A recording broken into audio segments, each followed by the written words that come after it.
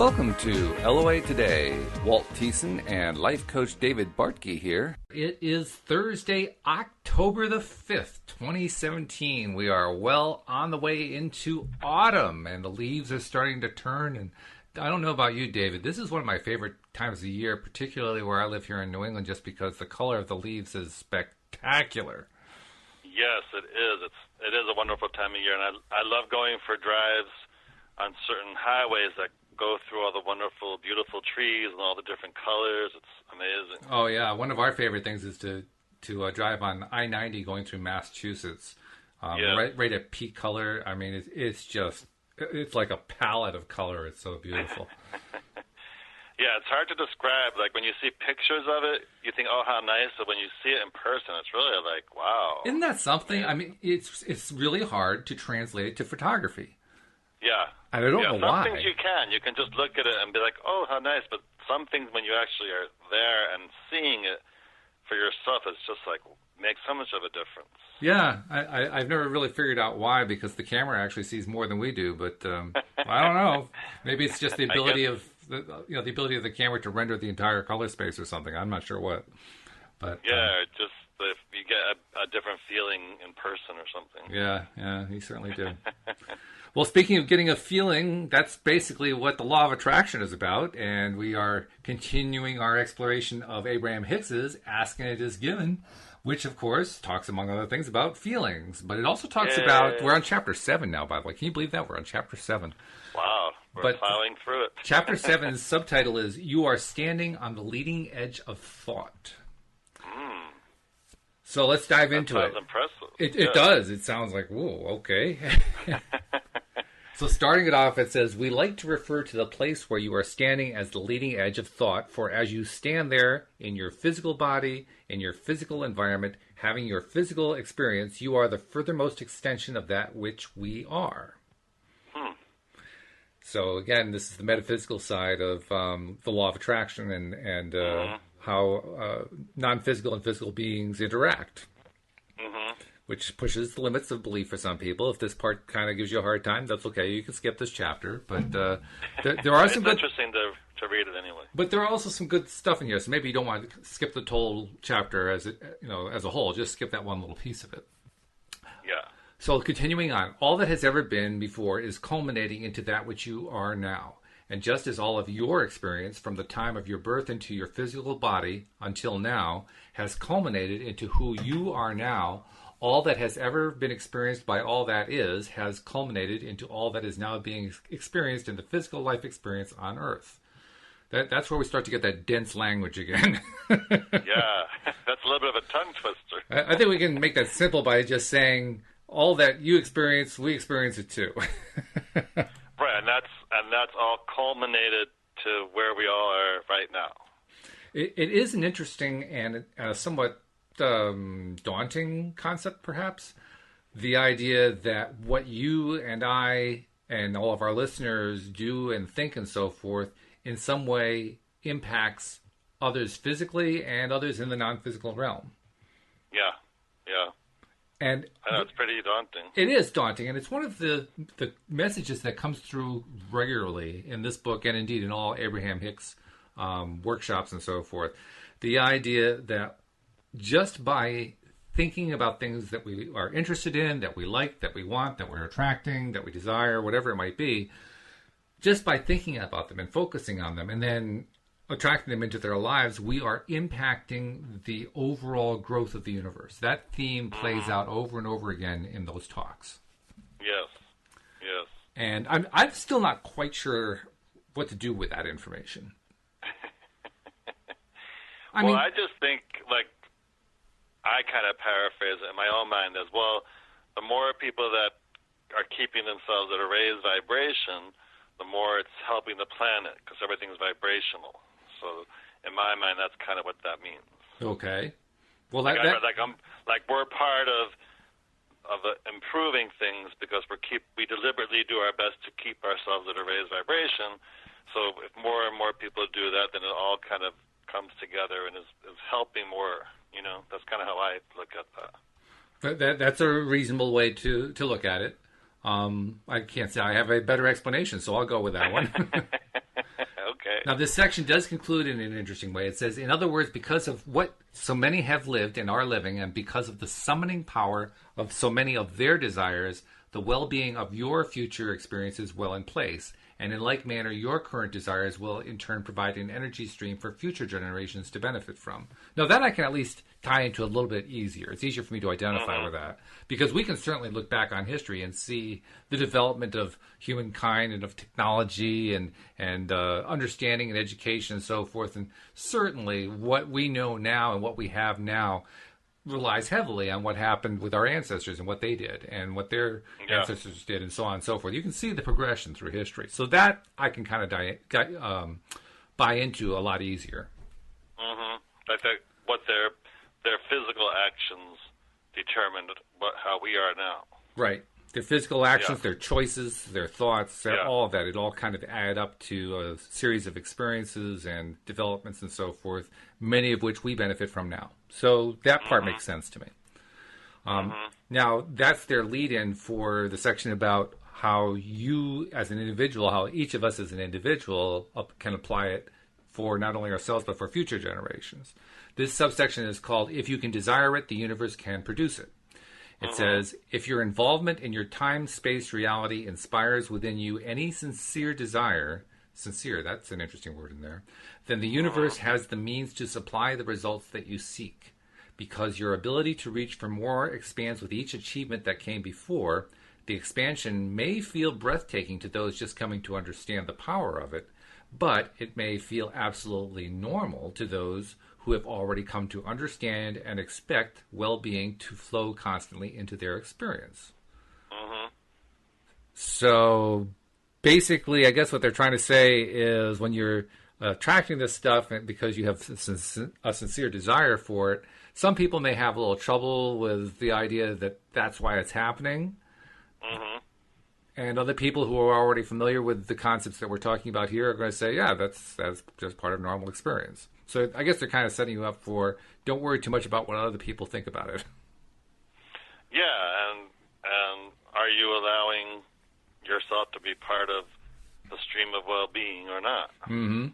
Yeah, the stream of well-being. That kind of, by saying that kind of brings that question up. It's like, oh, well, wait a minute, am I allowing that? I hope so, or kind of like.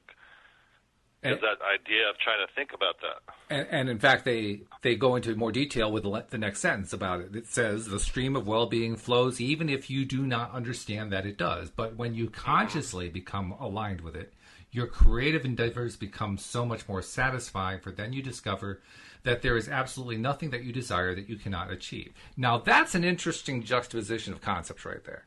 They've been talking to us about this stream of well-being, about the role that we play in the expansion of the universe and the role that we play in contributing to not only the current but the future benefit of mankind and so forth. And then they tie in a twist here. The twist says, when you become consciously aligned, your creative endeavors become so much more satisfying.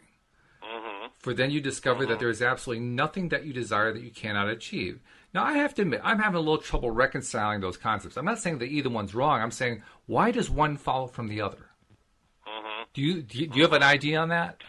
Well, just that when you become aligned with what they're talking about and being at a high vibration, and when you're a vibrational match to what you want, then it can't help but manifest. Because they always talk about when you're a vibrational match to something, then it must manifest. So if you're kind of aware enough to know that, then I think that's kind of what they're talking about. Then you can't help but attract what you want. But they're saying more. I'm looking at this one phrase in that sentence. Your creative endeavors become so much more satisfying. Well, creative endeavors, meaning, what does that mean? Well, they've been using the word creative to mean what you think about, what you focus on. That is the creative process as they've described it. So your active focusing and attracting into your life the vibrational essence of what you've been focusing on, it becomes more satisfying, they say, when you consciously become aligned with the stream of well-being flowing in your life. In other words, the more that you understand the stream of well-being, the more satisfying it is. And I'm not saying that's wrong. I'm just not so sure it's true. But it does make sense if someone's allowing in the stream of well-being, and we can all tell if we are or not based on how we're feeling. If we're feeling really good and really high vibration, and we're allowing in the stream of well-being, then of course we're going to manifest what we want more than if we're not aware of that and not feeling that. Yeah, we're going to manifest more, perhaps. It's the satisfying part. They're saying it's more satisfying if you're doing it consciously. And, I mean, that's an interesting concept. Is it more satisfying if I am consciously attracting than if I'm unconsciously attracting? I suppose in one sense it is. I think so, because you're aware of why it's happening. Instead of something just randomly manifesting for you, when you're aware of it, then it's more satisfying because, like, oh, wow, look, I've been keeping myself at a high vibration. I feel connected to the stream of well-being, and look, this wonderful thing manifested for me. I think if they said something like, you are more satisfied by the understanding of one cause leading to another effect. You know, the cause being that you're focusing on something and thinking about something, and the effect being that it manifests. If they were saying that understanding that is a satisfying thing to understand, I think I could buy into that. That makes some sense to me. But they're also talking beyond that. They're talking about the creative endeavors themselves being more satisfying. Not just the concept of one leads to the other, but the actual activity becomes more satisfying.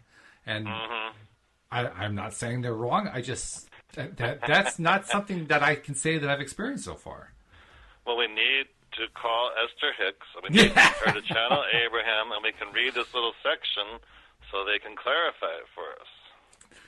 Either that or else go to one of the workshops that they do around the country, one or the other. Yeah, actually, I think there is one coming up in your area. Yeah, I think there's one coming up in Boston, if I remember right. I can't remember exactly what the dates are. I think so. Anybody who's curious, by the way, you can go to the Abraham-Hicks website. It's easy, just Google it. It's really not hard to find. And they have schedules posted there about where Esther Hicks is and where the workshops are going on, and they happen all over the country, and indeed in other countries around the world too. So, by all means, check it out. But I did just get an email, and I know in October they are going to be on the East Coast. I know. Right. I know there was something I think in the Philadelphia area, something in the Boston area. So definitely worthwhile going. I went to one a few years ago. It was very worthwhile to go. Yeah, I remember you a couple of weeks ago you talked about that experience and how you got a lot out of it. Yeah, I mean, when you see the videos online, it is similar to that. I mean, but just kind of being in the room is just very interesting. How is it different? Just because you're feeling the energy more, you're seeing it live, you're watching her channel Abraham live, and it's just kind of interesting to be there for a full day instead of when you watch those snippets on YouTube, they're 15, 20 minutes. So it's interesting being there in the room, seeing it happen live. Now my impression, just from bits and pieces I've picked up looking on YouTube and so forth, is that Abraham has a tendency to pick and choose who they're going to call upon to talk to, and they seem to do it with an intention of I don't know, illustrating things, making points. Well, what happens is a lot of people raise their hands when it's time to call someone else to the stage. Yeah. Or I think what they call the hot seat. Yeah, right. And she'll pick someone, and she'll say something like, "Oh, okay, we were told to pick you." Yeah. Like it's not an accident who gets picked, apparently. I heard her say one thing one time in the voice of Abraham that it doesn't matter what your question is; it's always the same answer. That is kind of true. What are you focusing on? How are you focusing on it? And what can you do to improve it? There's one particular recording that I heard that I thought had rather kind of a cute. You can tell if you do buy into the idea that this is a non-physical spirit from the other side, or actually a sort of a group of spirits from the other side, working together and talking through Esther Hicks under the name Abraham. if you can accept that idea, I accept that idea, and I can kind of visualize how they're trying to reach out and present and in a sort of sense entertain an audience, even though they're non-physical. And you can kind of imagine the challenges that are involved in that, because a lot of what entertainers do ties into, either in a large way or a small way, pushing hot buttons and pain buttons, which you're not going to have if you're not physical. So you can see, and you can actually hear it somewhat in the way that they phrase things and talk about things, because you can tell that they're humor. trying. There's definitely there's humor. Like she'll say, "Oh, you humans, yeah, yada yada." Like, and sometimes humans love to do this and love to do that. So there's definitely humor interjected, which is important because it kind of lightens the mood. Oh, absolutely, yeah. And sometimes the humor really hits the mark, and sometimes the humor misses. That's the really interesting part. But yeah, there's definitely a little sense of humor in some of the comments. I'm trying to remember which presentation it was that I heard, but one of them began with, I guess they always start off pretty much the same way. We are glad to be doing this co-creative experience, that kind of stuff. Yeah. And in this particular case, she asked the audience, "Are you attracting what you're wanting?" Yes, she does. Yes. And you could kind of sense the audience, some people reacting yes, no, whatever. And her response was, "Uh-huh." Meaning what? Like, yeah, okay. I sarcastically believe you, Oh, I see. And so she says, well, let me ask the question another way. How many of you are currently, let's say, how does she say that? She says, how many of you are attracting what you want? Mm-hmm. And once again, she says, right. And then she says, well, don't worry, it's a trick question, because the answer is, if you are attracting what you want, you're living it. Mm-hmm. Mm-hmm. And that's really an interesting thing, because, well, first of all, there's an interesting problem with the word want. Want is a tough word. I don't know if you've ever noticed that. Why? Well, because on the one hand, we mean want to mean like, a 4-year-old wants something. I want that thing over there, right? But on the other hand, want also has a secondary meaning, which is to lack. Mm-hmm. So when we say I want, there's always a little piece of us that says I lack. Mm-hmm. That's why I prefer the word desire. Desire doesn't have lack necessarily associated with it. Mm-hmm. So when she says, are you knowing what you are wanting, which is kind of a weird way of saying things anyway, but are you knowing what you are wanting? She's utilizing a word that has a double meaning. And the thought that goes through my mind is, which meaning does she have in mind? Because it could be either one. But yeah, I would think it's more of the, what do you desire? Yeah, I think so too. Yeah. But it just, if you listen into it with what the other meaning is, sometimes what they have to say is, it has a different message to it. It's really something, and it makes me wonder if it's intentional. I think that's why I mentioned all this. It makes me wonder if they intentionally realize that they're using a word that has a double meaning. I don't know. Again, we have to ask Esther to ask the source. I mean, we have to know. You can't rule it out if you actually do have a bunch of beings all contributing at the same time through this one voice. It's quite possible when you have that much mind power, so to speak, that they do understand and they're doing it deliberately. Now, what do you think about this? Because a lot of times Abraham will remind the audience that we don't want everything we want to happen all at once, because then it would just be too overwhelming. What do you think about that? I have had a lot of problem with that concept.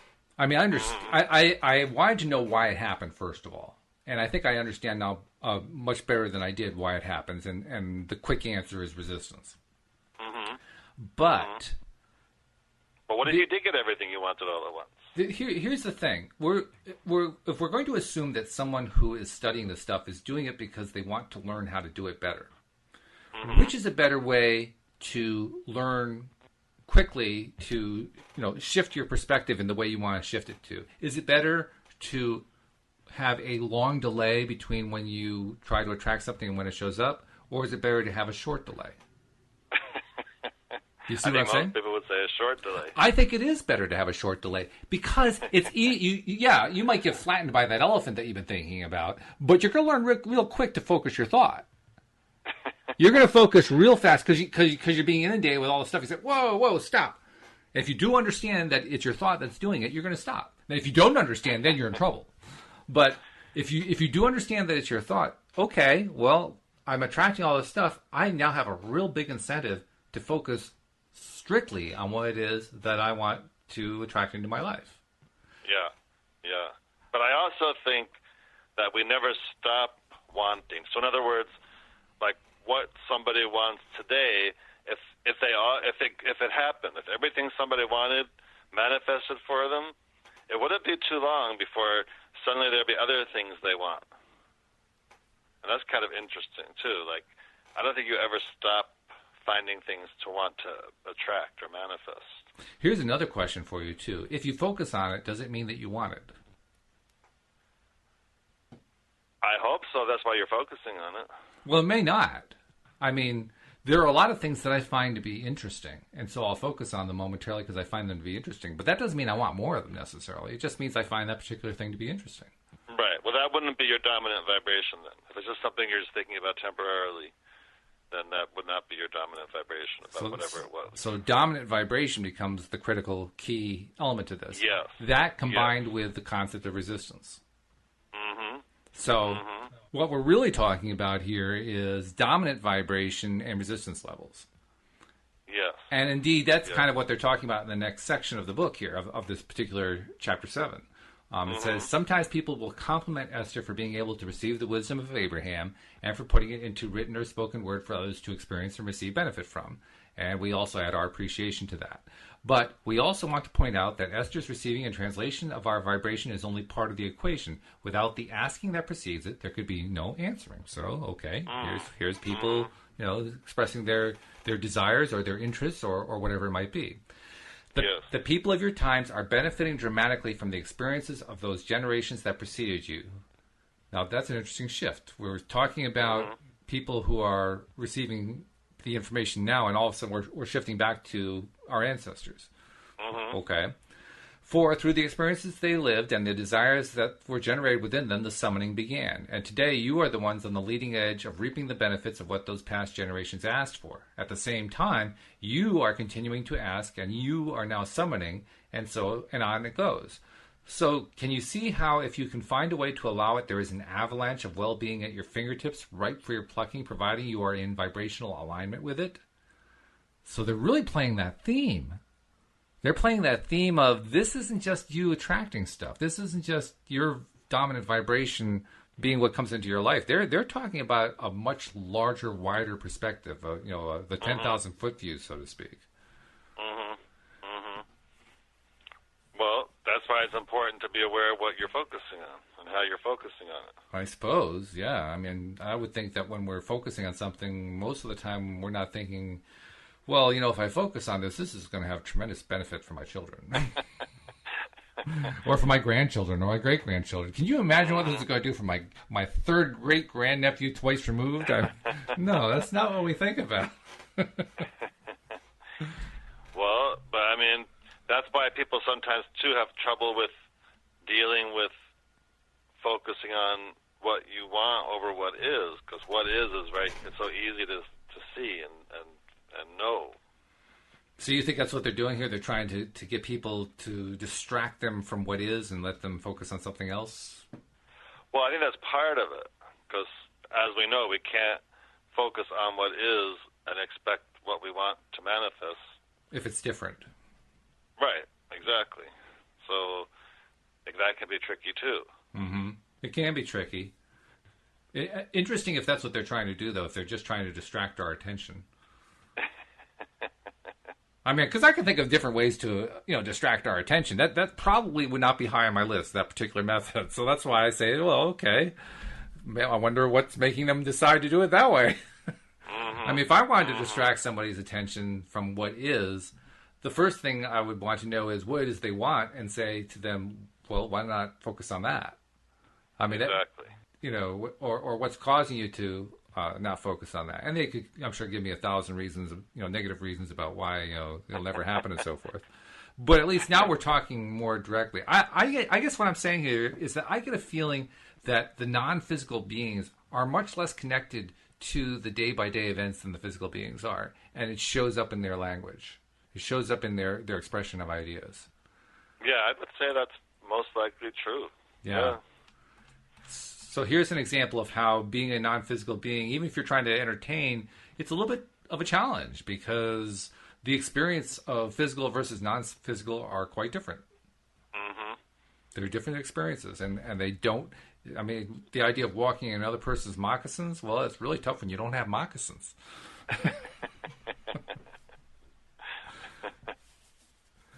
So anyway, let's continue on to the next section here. It says, open the floodgates and let your well-being flow in. And reading the first paragraph, see yourself right now where you are as the beneficiary of the powerful stream of well-being.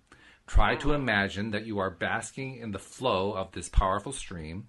Make an effort to feel yourself as the leading edge beneficiary of this unlimited stream, and smile and try to accept that you are worthy of it. Now, do you actually do that? I mean, I have at times tried to feel a stream of well-being.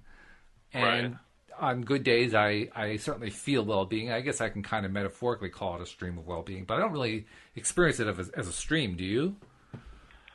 Well, I actually wrote a guided meditation for my clients, and sometimes I use it on myself as well, to help them allow and feel the stream of well-being. And in the guided meditation, just so it makes it easier, I do have them imagine it is a stream, a shallow stream of well-being, and because I think it's easier to connect to. But of course, that's not a stream, really, like in that sense. So getting back to my question, do you experience well-being as a stream? Not a stream. To me, it's more of a stream of energy, not a stream of like a shallow water stream. So if I could be so bold, it would be like a continuous experience of it rather than water flowing by. It's more like always, like I think always it's on. It's always there. It's always is. Yeah. It's just am I consciously reminding myself that, and that I can connect to it, and that I'm already connected to it. I mean, physically, I could describe it as being like a spotlight comes on, and you can hold your hand in the spotlight, and you can always see the light on your hand, and if the light feels warm, you can always feel the warmth, and it's continuous. Mm-hmm. If that's a stream, then a stream of well-being is a good metaphor for what goes on. Yeah, that works. Mm-hmm. I just don't think of that as a stream. I just think of that as continuous. A continuity of well-being, that would make a lot of sense to me. Continuity of well-being, okay, now I can latch on to that. Stream of well-being doesn't really work. It's not like that I can feel, the I guess I try to find a word that, I don't know, resonates with most people or something. I guess most people get an image, a stream of well-being. They can dip their foot into it anytime they want or something. I don't know. Well, perhaps what they're thinking is if you use the metaphor of a stream, maybe people will imagine a stream of cars and boats and all kinds of other desirable things floating past. Oh, good, there's mine. Okay, my ship has just come in. Maybe that's what it is. I always like to remind myself that, though. Okay, wait a minute. Am I aware? Can I make myself aware right now that I am consciously wanting to be connected, or reminding myself that the stream of well-being is always there, it's always flowing. I can always connect to it, or remind myself that I am always connecting to it. Well, as I think I mentioned about 2 or 3 shows ago, for me, it took a long time to recognize that well-beingness, that feeling of well-beingness, because it doesn't have a contrast to it. That's what makes it a continuity of well-beingness. And because there's no contrast, we as humans, and I suspect as creatures of light and of energy, I believe it's both, we respond better to contrast. So when there is no contrast, we're almost blind to it. You know what I mean? It's almost like we don't even see that it's there. You have to really look to notice, oh, it's continuous over there, isn't it? Oh, it's continuous inside. I can feel that inside, and I've always felt that inside, and it doesn't go away. Oh, that's the stream of well-being. Oh, yeah. Okay. You have it's a little harder to notice because without the contrast, it's hard to notice something. No matter what it is you're talking about. The contrast allows us to see, oh, yeah, there's the one hand, there's the other hand. Yes, and this way feels much better to me than that way. That's right. Yeah. That's another interesting thing. They've been talking about all this stuff, and they have not yet got into talking about feel and emotion. They haven't really gotten that far in this particular chapter. They're about to, though. They're about to get to it. They must, because that's a big part of it. Right. It's like 1, 2, 3, 4 paragraphs down. It says, you and how you feel is all that is responsible for whether you let in your inheritance of well-being or not. And while those around you may influence you, more or less, to allow or not allow that stream, it is ultimately all up to you. Now there's another phrase there. To allow or to not allow that stream. Yes. Now, I have a little bone to pick there. Again, this is a little tiny. This is almost like a sliver of a bone. It's barely a bone at all. But you know what? I don't think you can successfully not allow the stream. The most you can ever do is cover your eyes and not see it. Well, I think what they mean in that is like, say you go somewhere, you're feeling pretty good, and you go somewhere, and for whatever reason, someone's in a really negative mood, and they're really down, and you talk to them for a certain amount of time, and they're spewing all their reasons why they're not feeling good or they're feeling down, and then at that point, you could either let that affect you and bring you down and take you away from that stream of well-being, or you could walk out of wherever you were talking to that person and think, okay, wait a minute, just because they're at a low vibration, just because they're not feeling the stream of well-being right now, doesn't mean that I have to feel that way too. I can choose to stay this way, to stay in a positive way. Well, yeah. I don't have to let their low vibration bring me down. And that's a lot of times people do get brought down by other people. Sure, yeah, and clearly that is a choice that we all have. Are we going to allow someone else to bring us down, as you say? Yes. But I think there's more to it than that. That's one instance where you could allow or not allow the stream of well-being. You can block it or not block it for yourself. I guess, yeah. I'm not so sure you can actually block it. I think the one phrase I heard that describes it pretty good from Abraham was that you can pinch yourself off from it, meaning that you can pinch off your experience of it. Right, like in that moment, if, say, someone does let that other person bring them down and then they're in a funk for the day because of that, then that's what they've done. But I would also argue... blocked it or pinched it off or whatever the word is. But I would also argue that even when you're pinching it off, it's not like you can actually disallow the stream. I think the well-beingness is always there, whether you're willing to recognize it or not. You can whether you you're can connecting choose to it. Yeah. You can choose to try to ignore it and so forth, and pretend that it's not there, and start feeling down and stay in that down state and just feel like there's no connection. But the connection's still there. It's not like it went away. It's just that you're choosing not to feel it. Yes, it feels like it went away. Yeah, I guess in that sense, it's sort of an experiential thing, yeah. Yeah, it feels like it did because you're in a funk. Yeah. You're like, wait a minute, where's the stream of well-being? But I find you can allow it in just as easily. I find that it's easier to think of it in terms of it never going away, because then it seems a lot easier, to me anyway, to move from that negative realm to the positive realm. Because all I have to do is recognize that it's there anyway. It never went away. It was never gone. I just have to, take my hands over my eyes and stop being the 2-year-old. It's like, oh yeah, it really is there, Yeah. And sometimes that could be a quick experience, and sometimes it takes a little bit of time to allow it in again. Well, it depends on how long I want to take to pull my hands from my eyes. That's right. Yeah. That's exactly what it is. That's right. And they finish off this section by summarizing this. This is where I think it all starts to come together. You can open the floodgates and let in your well-being, or you can choose thoughts that keep you pinched off from what is yours. From what is yours. In other words, it doesn't actually go away. But whether you allow it or resist it, the stream is constantly flowing to you, never ending, never tiring, always there for your reconsideration. So that part, I think, actually reinforces what I'm saying. But, you can always connect to it. It's up to you. It's always there, and it never goes away. And that's important because if you get into a really bad funk, if you're in a really depressed state, you can begin to believe that you'll never get that connection back. That's right. And this is a way of reminding anybody, even in the worst place, that you've never lost that connection. All you have to do is relearn how to notice it. That's right. And unfortunately, most people don't know about this. So they are in a funk or depressed, and they don't know. Yeah. That's what everybody could know. Which, of course, is why they're wording it this way. So that, I mean, I get it. I understand what they're trying to do. So that makes sense. Yeah. Now, the next section is entitled, You Are in the Perfect Position to Get There from Here.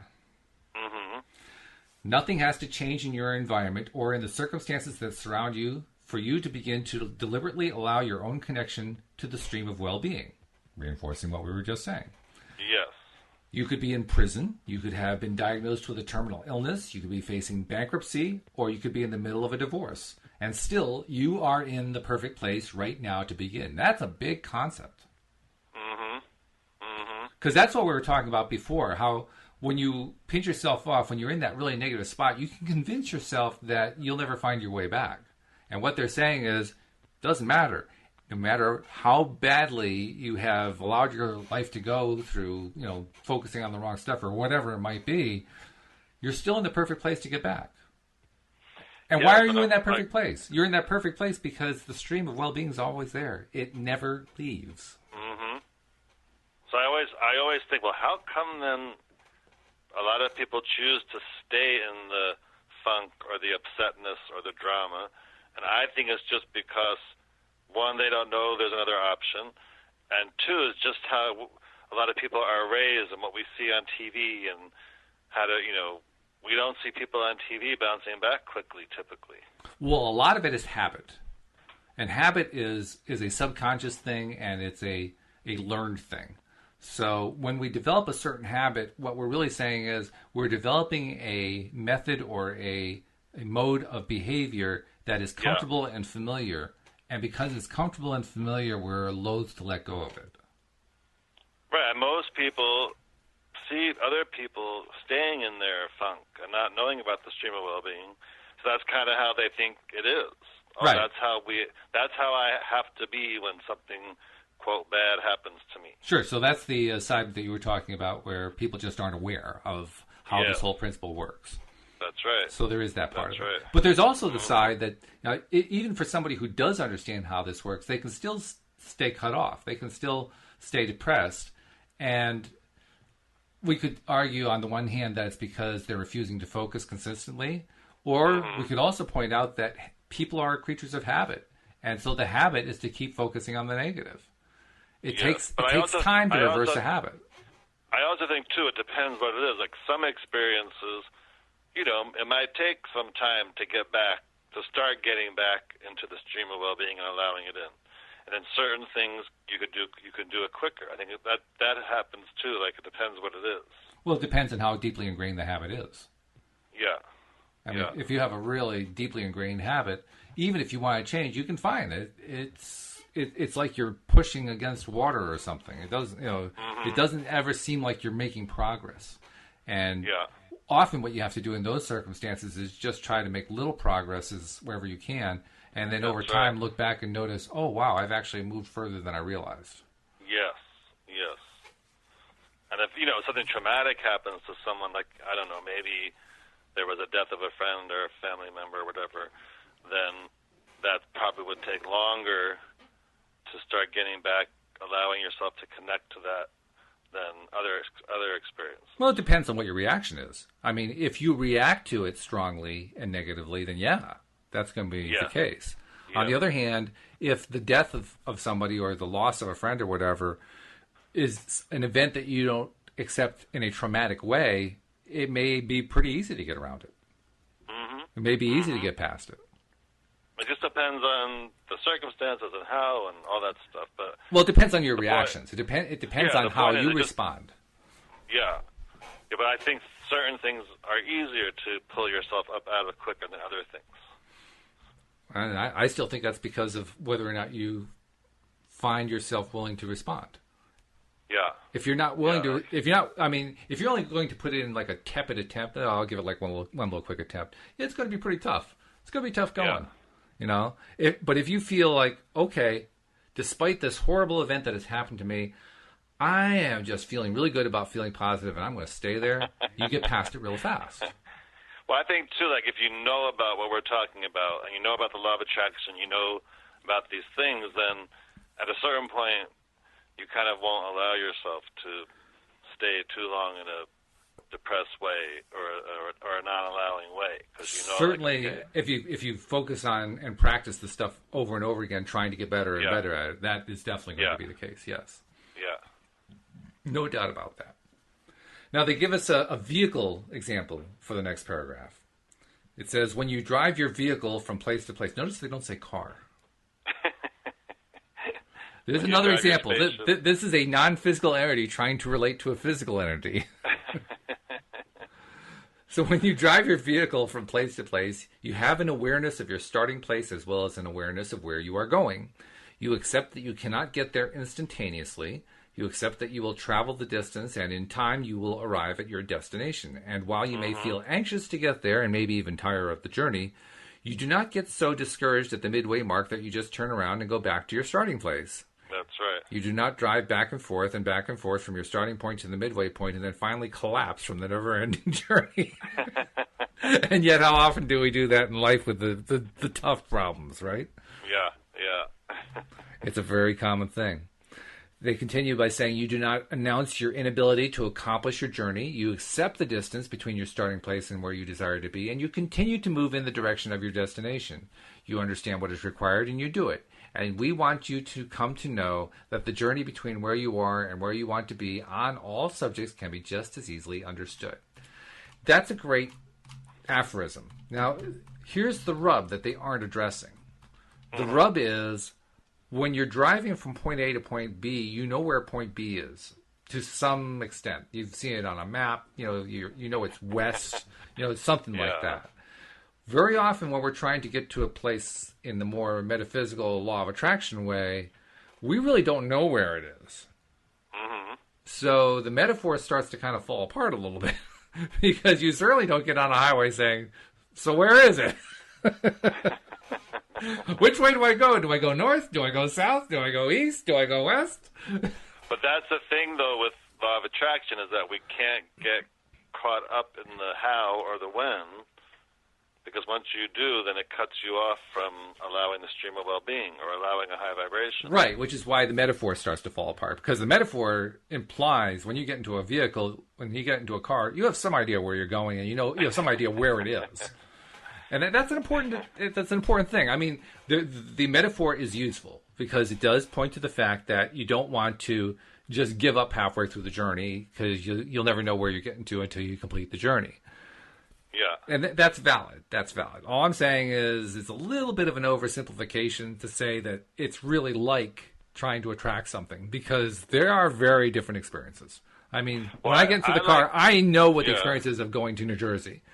I don't know what the experience is necessarily of trying to attract, I'm trying to think of an example. Like the wonderful girl of my dreams. Actually, I do know because I've done that. But if I was a single person, that would be the thing I don't know, right? It's a different experience, a different kind of thing, because I don't know the goal yet. I like to use that metaphor as, like, when you get in your car to drive to the market or wherever you're going, you have this, like, certainty that you're going to get there. And that's how I kind of like to explain, when there's something you want to manifest, that we all have to do our best to have that same kind of certainty. Like, we don't know when or how, but it's going to manifest. Like, there's that, like, with the market, like, we don't get halfway to the market and then turn around because we're not there yet. We keep going until we get there. That's how I like to explain that. And that with something you want to manifest, we have to have that same kind of certainty that's going to manifest, like without any wobble, you know? Yeah, it's certainty and it's single-minded focus. It's focus on one thing and one thing only, and not allowing yourself to be distracted. It's a theme that I've seen in a number of sports movies. Greatest Game Ever Played is one example, or Legend of Bagger Vance, or Field of Dreams. For instance, I've also read the book for the first one. Basically, it's a story of how golf landed in the United States, how it became popular. It first came, of course, golf was created and gained popularity in Scotland and then in Great Britain, and for the longest time it was Great Britain's game. And then it got imported to the U.S., and what happened was the one player from Great Britain who is the winningest player in terms of the British Open, the one who's won it the most times, his name was Harry Vardon. And Harry Vardon, his nickname was the Stylist. He played in the late 1800s and early 1900s. And he was the golfer. He was the Tiger Woods of his generation. He was the Jack Nicklaus. Harry Vardon wrote a number of books, and one of the books he wrote got read by a young kid named Francis Ouimet, who lived just outside of the Brookhaven Country Club in Massachusetts, where the U.S. Open was played in 1913. And Harry Vardon and his friend Ted Ray were invited to play in the U.S. Open. They were like celebrities coming over here to visit and so forth. Now, 1913, U.S. golf really hadn't taken off yet. There was a U.S. Open. It had been going on for about 12, 15 years, something like that. But it hadn't really taken off yet. It was more like polo. It was the sport of the extreme wealthy. And in fact, there was a definite class system to it. There were the caddies, and there were the golfers, and there the twain shall meet, that kind of thing. Very similar to what was happening in Britain. In fact, it's also true that there was a big distinction between amateurs and pros. Pros were lower level. Amateurs were people who were wealthy enough who could just do this for fun. So that was the higher level, whereas the professional was the lowly professional.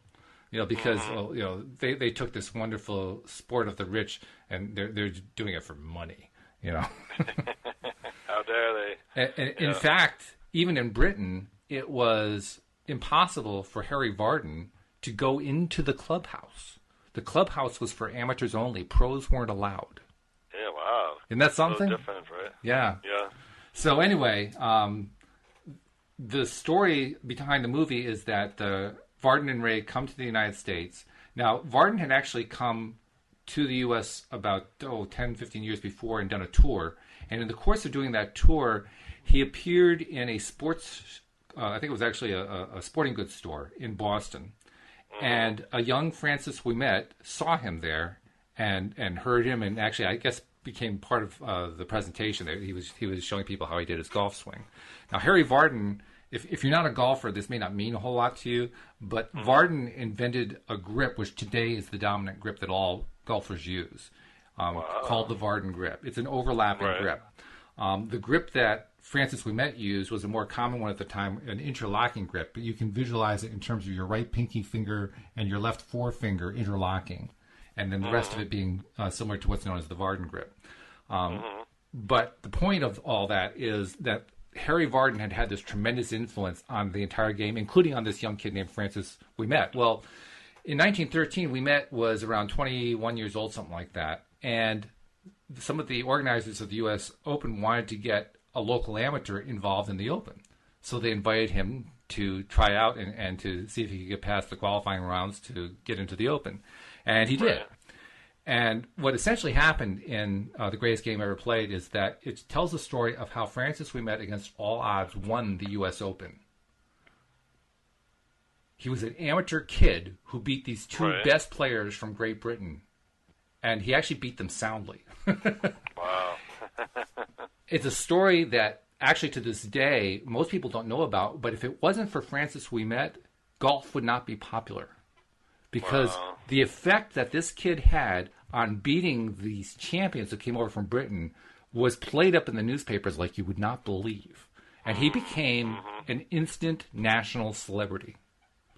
He was as famous then as, say, Jack Nicklaus or Tiger Woods were today. Right. It instantly catapulted him into fame. And in the process, kids from all over the country started taking up the game of golf. One of the kids who picked up the game of golf at that point in time was a young kid named Bobby Jones, who became one of the greatest golfers of all time, and indeed is the only golfer in golf history who managed to win the Grand Slam, the 4 most difficult tournaments, all in the same year. No one's ever done that except for this guy. Amazing. There was another player who played in the same tournament named Walter Hagen. Walter Hagen was the playboy of of golf. In a sense, he was Tiger Woods. Now wait, so how does this relate to what they were talking about? Okay, well, yeah, this is a long setup, but what they were talking about here is let me reread this section. Okay. It says, let's see, where is it? I lost the point. We're at the end of this chapter. Where is it? You'll find it. Well, I'll just read the last paragraph and I'll see if I can tie it in. This isn't exactly what we're talking about, but it says, you do not announce your inability to accomplish your journey. You accept the distance between your starting point and where you desire to be, and you continue to move in the direction of your destination. You understand what is required, and you do it. And we want you to come to know that the journey between where you are and where you want to be on all subjects can be just as easily understood. I guess I'm remembering now. They didn't know that they were creating what they were creating, but they did. Well, more in the context of what we were talking about. We were talking about the importance of focusing, and we were talking about the importance of being single-minded about it. Yeah. Well, Harry Vardon talked about that a lot, and he talked about it in the book that Francis Ouimet read, and Francis Ouimet used this to go on and win the U.S. Open. What he talked about was how you really want to, when you go to make a shot, you want to visualize the entire shot. You want to stand there at the shot, stand there at the ball, and you've got the club in your hand, and you look out over the fairway, and you're trying to put the ball on that particular place, and you imagine how you have to hit it to get it there, and he describes how mentally you just pour yourself deeply into this until you become part of the shot, and in the process you end up blocking out everything else. Yes, and I think that's also part of feeling that certainty. That's right. By doing that, you can't help but feeling that certainty. And the reason I mentioned the movie is in the movie they visualized this. They presented it in the movie in terms of Harry Vardon standing at his ball, and as he's standing there and he's looking out at the fairway, all the spectators start to go away. It's like they all start to disappear. Oh, I see what you mean. Yeah, I see what you're saying. So they visually show you. I mean, and they kind of show you his thoughts. He starts scanning the gallery, and as he scans the gallery, everybody disappears. Yeah. And then finally, there's like 4 guys left who are his 4 ghosts. When he was a young kid, there was a major golf course built where he grew up, and these 4 men who were gentlemen were there to scope out the course, and of course, from the time he was a kid all the way up, he was haunted by these guys because they represent the people who won't let him into the clubhouse because he's a pro and because he's a caddy, and this isn't for your kind, boy, and all that kind of thing. So they're his ghosts of Christmas past, so to speak. And they're the last ones that he's able to get rid of, and then they finally disappear. And now you have this panorama of an entire empty course with just him and the fairway and the flag. There's nothing else out there. It's a tremendous visual presentation of this whole idea of being single-minded and of blocking everything else out. That's what's so cool about the movie. The movie does lots of things like that to illustrate what it takes to really apply this stuff in a way that's going to work as consistently as you want, and to eliminate that resistance that causes things to slow down. And I think blocking everything out you don't want can also be achieved by focusing on what you want. Right. Because when you focus on what you want, it kind of does that. Yeah. Which is kind of interesting. Which is what Vardon wrote about. He wrote about how it's just you and the ball and the fairway. And that's all that there is. There's nothing else. It's just that.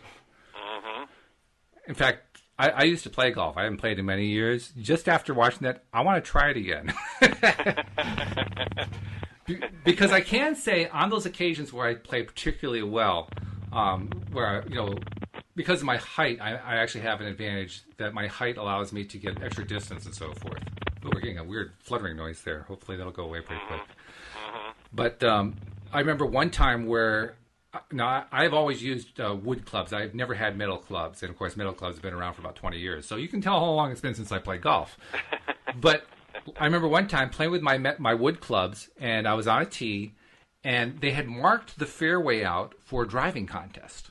So you could see how far, 200 yards was, and 225, and 250, and 275. Yeah. And so, okay, well, here's an opportunity to find out, well, how far do I actually hit the ball, And bear in mind, I'm playing with woods and not metal clubs, so it's actual wood clubs, right? So I get up there, and I got into that zone that he's talking about, that focus zone. I was really, really focused. I was focused so well that when I swung, I almost had trouble holding onto the club. Wow. My focus was so good. And I hit the ball perfectly. And the ball went about 290, which with a wooden club is amazing. Wow. It was a long hit. And it took a long time to come down. I mean, I'm just standing there, admiring this. And unfortunately, I was playing alone. There was nobody within miles of me, so nobody saw me do this. I couldn't brag about it or anything, But I was experiencing it, and I said, whoa, holy cow. It just kept flying and flying.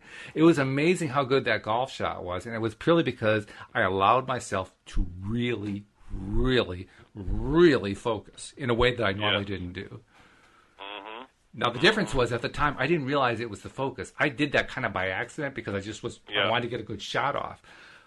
I just wonder what would happen if I would go back and apply that concept consistently shot after shot. It almost makes me want to take up golf again. Or even out of things that you want to manifest, just to be that focused. Yeah, well, yeah. I mean, that's what we're doing with the golf game. We're trying to manifest a low score. Yeah, I mean, focus can definitely affect what you're attracting or not attracting, for sure. It also is a reminder that we have the choice. We can focus weakly. We can focus strongly. We can focus somewhere in the middle. And it's all up to us. Yeah, and sometimes people ask them, how often should I focus on what I want? And I always say, well, how much do you want to attract that? Yeah, how much change do you really want? That's right. If you don't want any change, then don't focus very much. That's right. If you do want change, however, that's where you really want to focus. But it kind of reminds me, we talked about, we did the series on The Secret, of course, and there was one particular segment of The Secret, it was in the video in particular, although it was also in the book, where there was the guy who was in his bedroom getting dressed, and the first shot you see of him is that he's actually naked, standing in front of this mirror, but then you look at him in the mirror, and he doesn't see himself as naked. He sees himself in this beautiful three-piece suit. Yeah. And I saw that the first time, I said, well, that's pretty weird, but what they were trying to illustrate was focus. They were trying to illustrate it doesn't matter what you're actually wearing. What matters is what do you visualize yourself wearing.